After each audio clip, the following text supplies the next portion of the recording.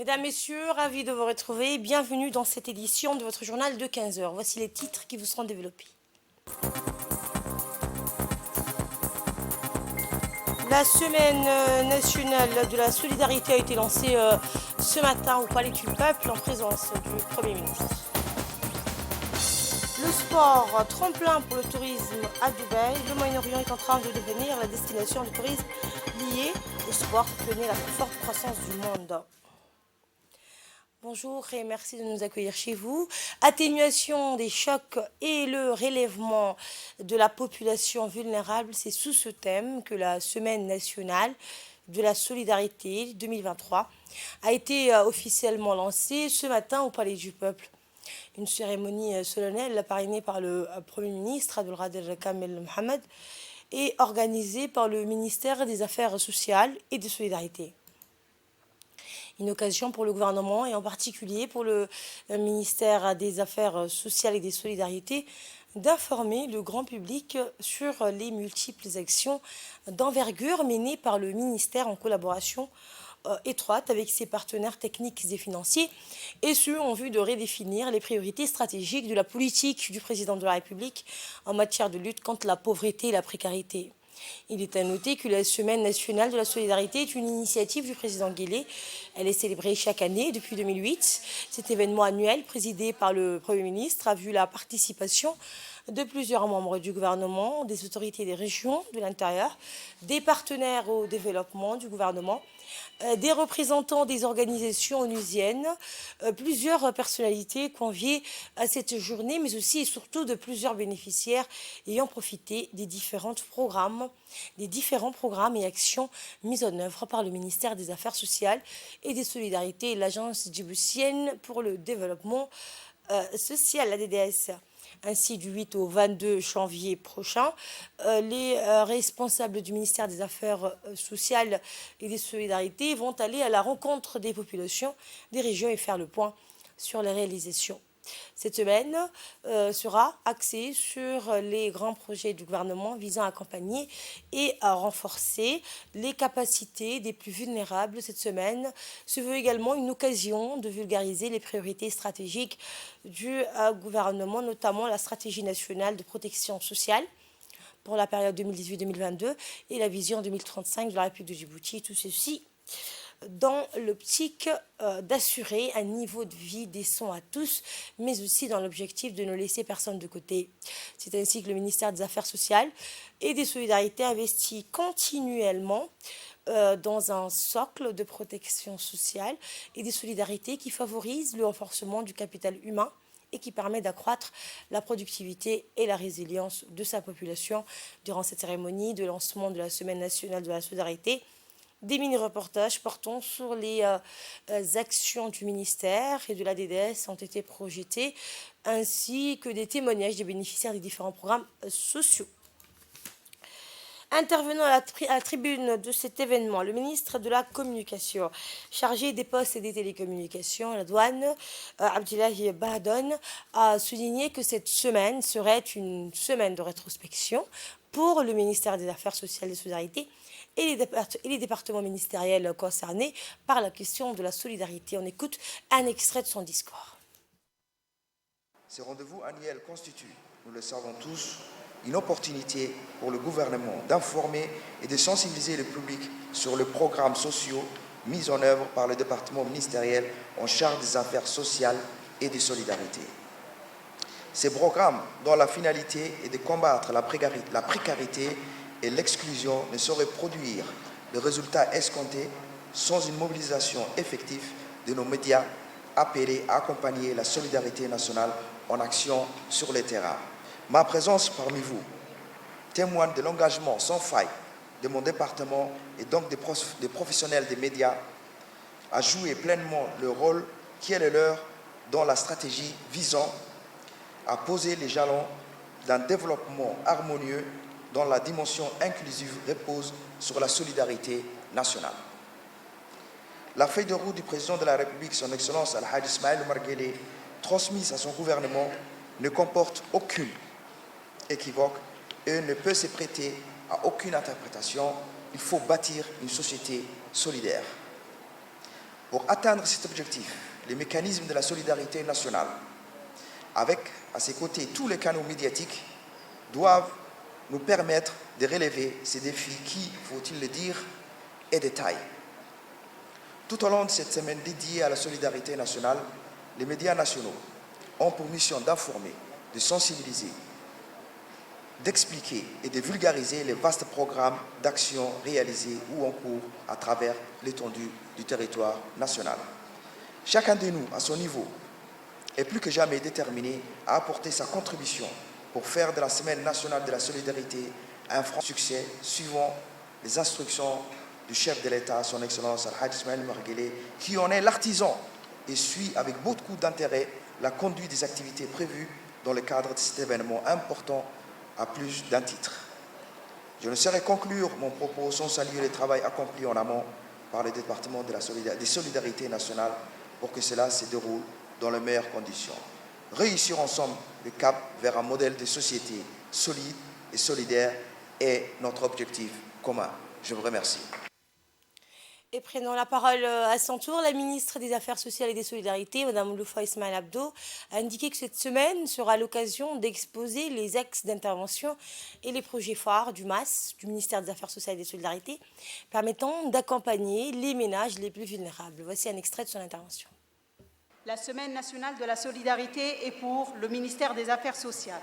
Cette date clé, ce jalon, où durant une semaine de communication intense, nous mettons l'accent sur la sensibilisation, la vulgarisation de nos actions et programmes sociaux. La Semaine nationale de la solidarité, en plus d'être une étape de rétrospection pour évaluer la pertinence et l'efficience de nos stratégies et programmes sociaux, elle est aussi l'occasion d'accoster ce navire durant une semaine pour mettre en évidence les enjeux et les défis de la politique de lutte contre la pauvreté avant de reprendre. Cette semaine revêt cette année une importance toute particulière.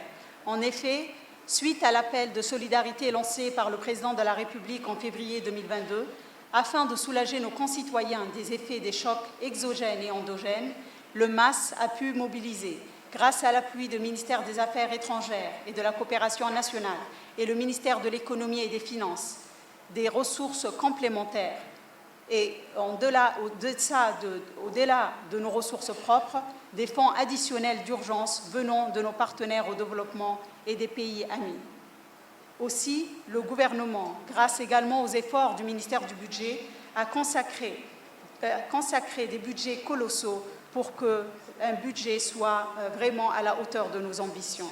Environ 10 milliards de nos francs chaque année sont alloués par le budget national et nos partenaires au développement pour couvrir 200 000 individus, soit 70 000 ménages sur l'ensemble du territoire national, à travers notamment le programme santé, avec la collaboration du ministère du Travail et de la Protection sociale et la CNSS, qui a atteint un taux de couverture de plus de 92% de nos pauvres. Le programme assistance alimentaire, la couverture a été multipliée en 3 entre 2022 à 2023. On passe d'une couverture de 7 500 ménages à plus de 22 500 ménages bénéficiaires, dont 15 000 en milieu rural et 7 500 dans la capitale, soit 125 000 individus qui seront couverts. Notre action, chers invités, Monsieur le Premier ministre, ne vise pas une solidarité exclusivement institutionnelle. Nous n'en avons pas la prétention. Elle a été instituée pour compléter la solidarité existante depuis des millénaires dans notre culture, dans notre religion, celle familiale ou de voisinage. Ce n'est pas une solidarité de substitution. Elle vise à combler des manques en offre de services sociaux dans le domaine des filets sociaux, du renforcement de notre capital humain pour une société djiboutienne solidairement plus forte et résolument plus résiliente. Je ne saurais clôturer mon discours sans remercier encore une fois le Premier ministre ainsi que le ministre de la Communication chargé des Postes et des Télécommunications et également tous les médias publics pour l'appui technique qu'ils nous offrent pour que cette Semaine nationale de la solidarité soit couronnée de succès. Nelson Mandela a dit « Vaincre la pauvreté, ce n'est pas un geste de charité, c'est un acte de justice ». Et clôturons la série des interventions de cette journée. Le Premier ministre, Abdelkader Kamel Mohamed, a d'emblée félicité le ministère des Affaires sociales et des Solidarités pour leur travail afin de renforcer la résilience des ménages pauvres confrontés aux chocs exogènes et endogènes. Le Premier ministre. Mesdames et Messieurs, la Semaine nationale de la solidarité créée à l'initiative du Président de la République pour donner au gouvernement l'occasion d'informer et de sensibiliser le public sur les nombreuses interventions et programmes sociaux de notre pays porte le symbole de notre engagement solidaire. C'est également une bonne occasion de vulgariser les priorités stratégiques du gouvernement, notamment la stratégie nationale de protection sociale.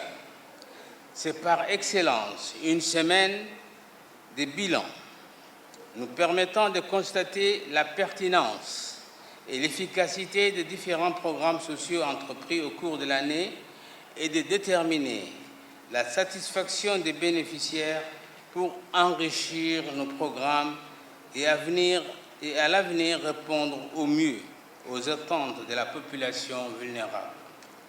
Le système de protection sociale mis en œuvre par le ministère des Affaires sociales et des Solidarités démontre la détermination du gouvernement à lutter contre la pauvreté et à construire un capital humain plus résilient face aux chocs exogènes. Notre pays a érigé le renforcement du capital humain au plus haut niveau de la priorité nationale, comme régulièrement rappelé par le chef de l'État.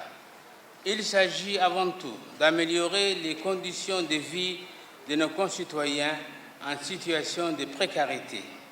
C'est dans cette optique que le ministère des Affaires sociales et des Solidarités célèbre en début de cette nouvelle année 2023 une semaine nationale du 8 au 22 janvier 2023 axée sur l'atténuation des chocs et la résilience de la population.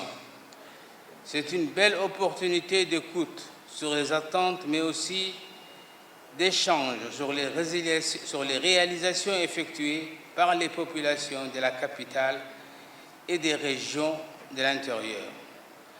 En somme, collecter des rétroactions pour apprécier si les conditions de vie de nos concitoyens en situation de précarité ont été améliorées et si les cibles ont été atteintes. C'est pourquoi la nouvelle stratégie du ministère des Affaires sociales et des Solidarités ambitionne d'impliquer progressivement les ménages vulnérables dans l'œuvre du développement économique du pays par la mise en place de programmes d'autonomisation destinés à rendre autonomes les populations en situation de précarité et à leur assurer de meilleures conditions socio-économiques. En matière de lutte contre la pauvreté, nos actions vont continuer à se concentrer sur la prise en charge des populations vulnérables, la réduction et la pauvreté des initiatives locales contre la pauvreté. Je rappelle au passage que la solidarité et la réduction de la pauvreté concernent presque tous les départements ministériels et ceux-ci doivent substantiellement épauler les interventions du ministère des Affaires sociales et des Solidarités plus énergiquement.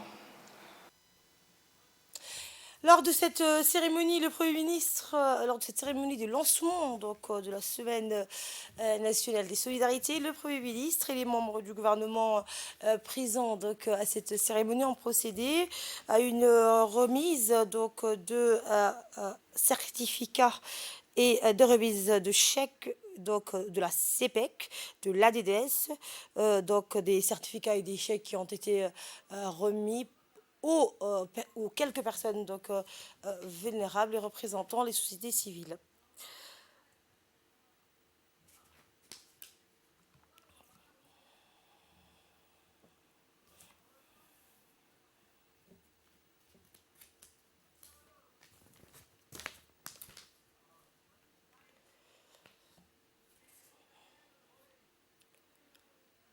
Et parmi à l'issue de cette cérémonie, notre équipe sur place a pu recueillir quelques réactions, dont celle du directeur général de la DDS, Mahdi Mohamed Jamal. Voici. Comme on a l'habitude de faire, chaque année, nous célébrons la Semaine nationale de la solidarité. Et cette année, nous allons également, comme d'habitude, tourner dans les régions, mais aussi dans la ville de Djibouti, présenter toutes les réalisations du ministère. J'ai également eu aujourd'hui l'honneur de présenter les réalisations de la DDS et de présenter également c'est quoi la DDS. Donc cela a permis aux membres du gouvernement de comprendre et des partenaires de comprendre que la DDS est une maîtrise d'ouvrage déléguée pour le compte du gouvernement, qu'elle agit pour le compte des sectoriels, mais également des collectivités. Et donc, elle est là pour faire du rattrapage d'infrastructures, mais aussi faire du social. Nous travaillons dans des domaines très variés, qui va des infrastructures à l'électrification, au développement de l'agriculture, de la pêche, de la prévention de la malnutrition, donc beaucoup de domaines. Autre information, suite aux pluies diluviennes qui se sont abattues dans la capitale et dans les régions de l'intérieur, vecteur de prolifération des insectes et moustiques, le ministre de l'Agriculture, Mohamed Ahmed Awale, accompagné du ministre de la Santé, le docteur Ahmed Roble Abdile, ont effectué un déplacement à l'aéroport de Djibouti afin de lancer officiellement la campagne de pulvérisation spatiale. Cette campagne de pulvérisation lancée ce matin débutera ses activités demain dans les différentes communes de la capitale afin d'assurer l'épandage de pesticides et de mettre fin à la prolifération des moustiques et des mouches, un vecteur de maladies. Après la capitale, l'avion se rendra dans les régions de l'intérieur. Cette initiative s'inscrit dans le cadre de la vision du président de la République afin de lutter contre les anti-vectoriels.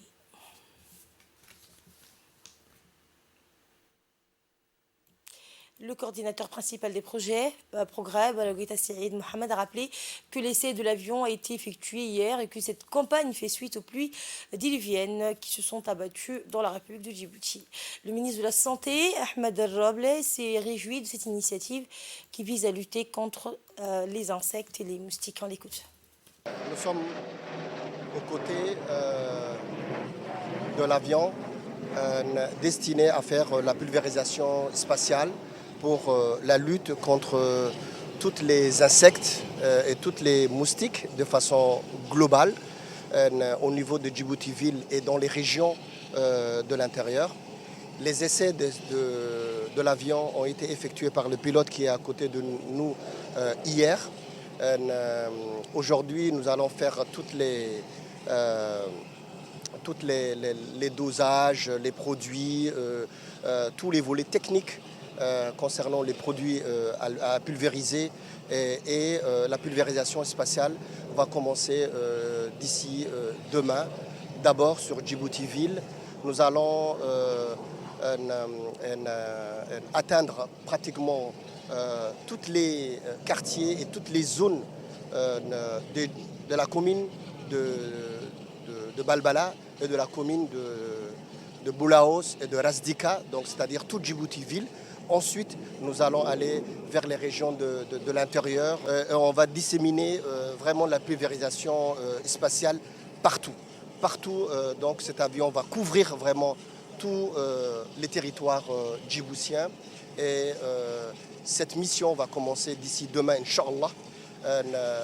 Cette mission commence en réalité à Bois-Nommé parce que c'est la période, elle vient juste après les pluies qui se sont abattues il y a une semaine sur la République de Djibouti, des pluies très intenses et donc vecteur de prolifération d'insectes, de moustiques, mais également de mouches. Donc cet avion va vraiment pulvériser tous les produits nécessaires donc, à la lutte contre tous ces insectes-là. Et d'ailleurs, cette période, c'est la période également de la prolifération et de l'accroissement, de l'augmentation du paludisme.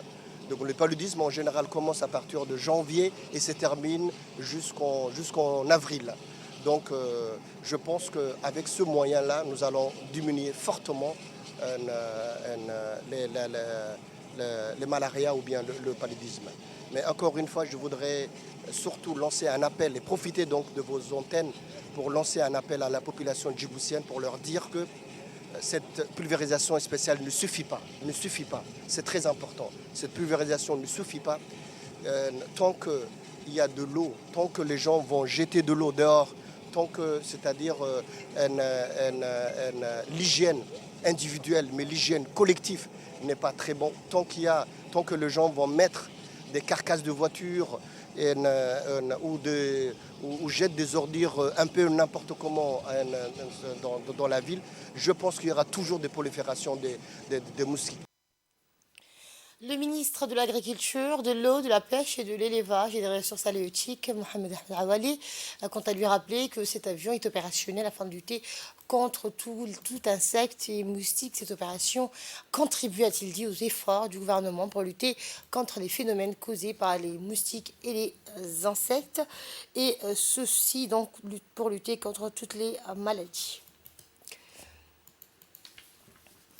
Autre lancement, cette fois le lancement du championnat national du handball saison 2022-2023 sous l'égide du secrétariat d'État chargé des sports. La Fédération djiboutienne de handball a lancé sa saison sportive 2022-2023 du championnat national du handball hier. Dans la matinée donc d'hier, la nouvelle saison sportive du handball a commencé au gymnase du lycée d'État. Les tribunes étaient bondées des spectateurs, des supporters des clubs et des amoureux du handball. C'est dans une salle donc rythmée par une ambiance pleine de clameurs et de chaleur humaine que le président de la Fédération djiboutienne de handball, Ahmed Mohamed Daher, a donné donc le coup d'envoi de la saison en compagnie du député Ali Chadidi. Le lancement de ces championnats masculins et féminins de handball a vu la participation de nombreuses personnalités et les membres du comité directeur de la fédération du handball, les dirigeants des clubs ainsi que les représentants des diverses fédérations.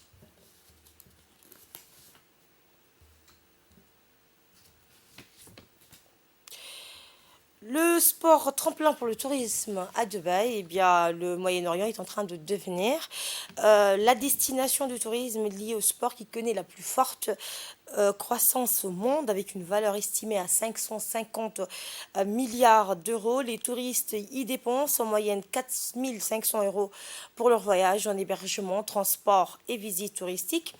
L'émirat donc de Dubaï en particulier en profite. Les derniers chiffres montrent que le secteur du sport a contribué à plus de 2 milliards d'euros à son économie, ce qui représente 2,3% de son PIB annuel. Et c'est tout pour cette édition de la rédaction. Merci à vous de l'avoir suivi et très bonne suite de programmes sur Télé Djibouti.